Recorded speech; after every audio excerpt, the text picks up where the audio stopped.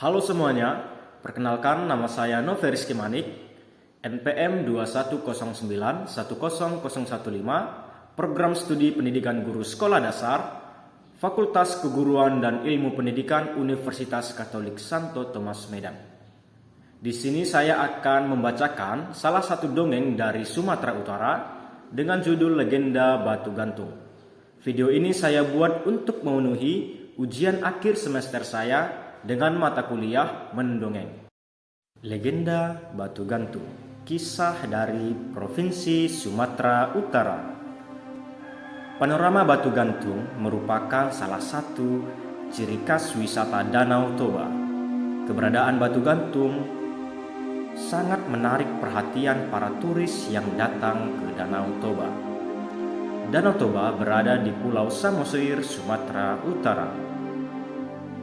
Jika wisatawan menyusuri Danau Toba, maka akan menemukan batu gantung yang terdapat di Parapat. Keberadaan batu gantung ternyata memiliki asal muasal yang diyakini oleh masyarakat yang dikenal dengan legenda Batu Gantung. Konon, pada zaman dahulu, di sebuah desa di tepi Danau Toba, hiduplah sepasang suami istri yang memiliki seorang anak gadis cantik jelita. Anak cantik itu bernama Seruni. Selain cantik, Seruni juga anak yang berbakti kepada kedua orang tuanya.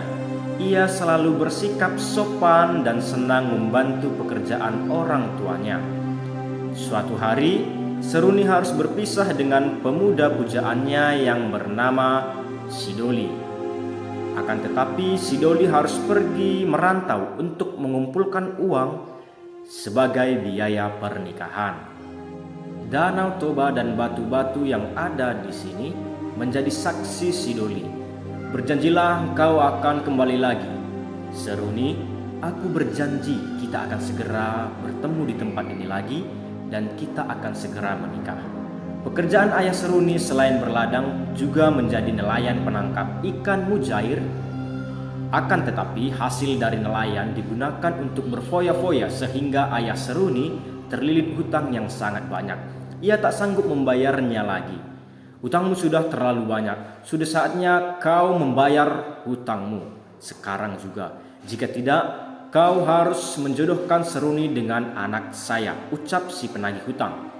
Lalu ayah Seruni menjawab, tunggu dulu, saya bicarakan dulu pada ibunya Seruni. Tidak bisa, kau sudah berjanji, kau tahu apa yang akan terjadi jika kau melanggar, ucap si penagih hutang. Ayah Seruni bingung, namun dia tidak punya pilihan lain. Ia harus menjodohkan Seruni dengan anak temannya. Hingga suatu hari Seruni mendengar ayah dan ibunya sedang berbicara perihal perjodohan dirinya. Seruni menangis mendengarnya. Ia teringat janjinya pada Sidoli. Bagaimana jika Seruni tidak setuju dijodohkan? Seruni harus mau dijodohkan dulu. Jika tidak, kita dalam bahaya besar. Esok harinya, Seruni pergi ke ladang seperti biasa. Kali ini ia pergi sendirian ke ladang karena kedua orang tuanya ada keperluan di desa tetangga. Hanya si Toki anjingnya yang selalu setia menemaninya.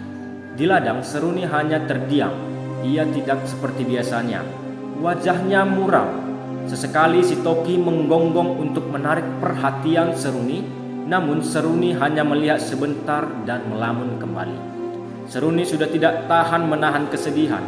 Ia butuh seseorang untuk mendengarkan keluh kesahnya. Toki, aku sedang bersedih. Aku bingung. Ayahku menjodohkanku dengan pemuda lain, sedangkan aku sudah punya kekasih hati.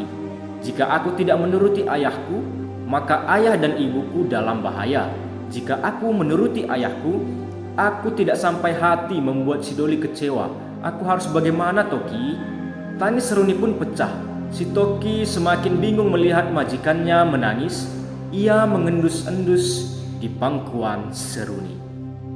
Dengan berderai air mata, Seruni bergegas berjalan menuju Danau Toba. Si Toki pun segera mengikuti kemanapun majikannya pergi. Si Toki bingung karena majikannya berjalan sangat cepat menuju tebing Danau Toba.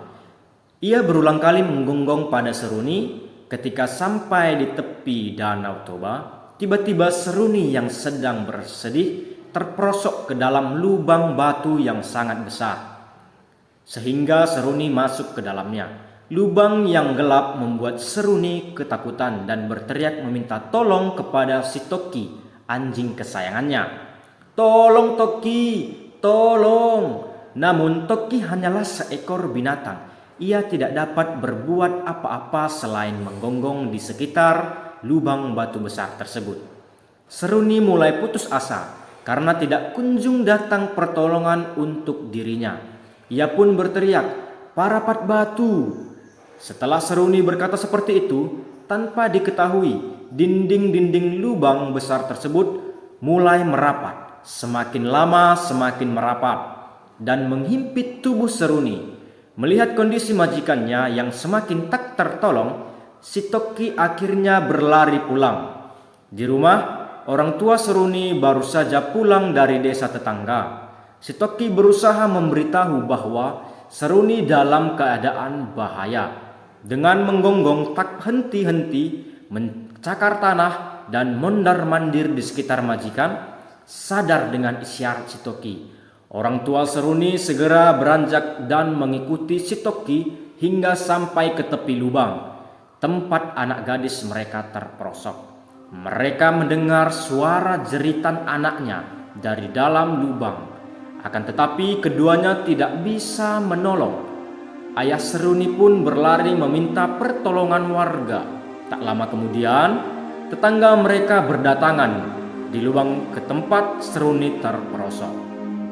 "Pak, lubangnya terlalu dalam dan tidak tembus cahaya. Aku hanya mendengar sayup-sayup suara anak kita yang berkata, 'Parapat, parapat batu.' Bagaimana ini, Pak?" Tanpa menjawab pertanyaan istrinya, ayah Seruni melongok ke dalam lubang tersebut dan memutuskan untuk masuk ke dalam lubang menyusul putrinya. "Bu, pegang obor ini. Aku akan turun untuk menjemput anak kita." "Jangan gegabah, Pak. Lubang ini sangat berbahaya." "Benar, Pak, lubang ini sangat berbahaya dan gelap," kata masyarakat setempat. Ayah Seruni pun mengurungkan niatnya. Namun, tiba-tiba terdengar suara gemuruh dan guncangan besar yang membuat lubang perlahan-lahan merapat dan tertutup dengan sendirinya. Seruni yang berada di dalam lubang akhirnya terhimpit dan tidak dapat diselamatkan. Setelah guncangan berakhir, di atas lubang yang sudah tertutup itu muncullah sebuah batu besar yang menyerupai tubuh seorang gadis. Di batu itu menggantung di dinding tepi Danau Toba. Masyarakat mempercayai bahwa batu itu adalah batu penjelmaan dari Seruni.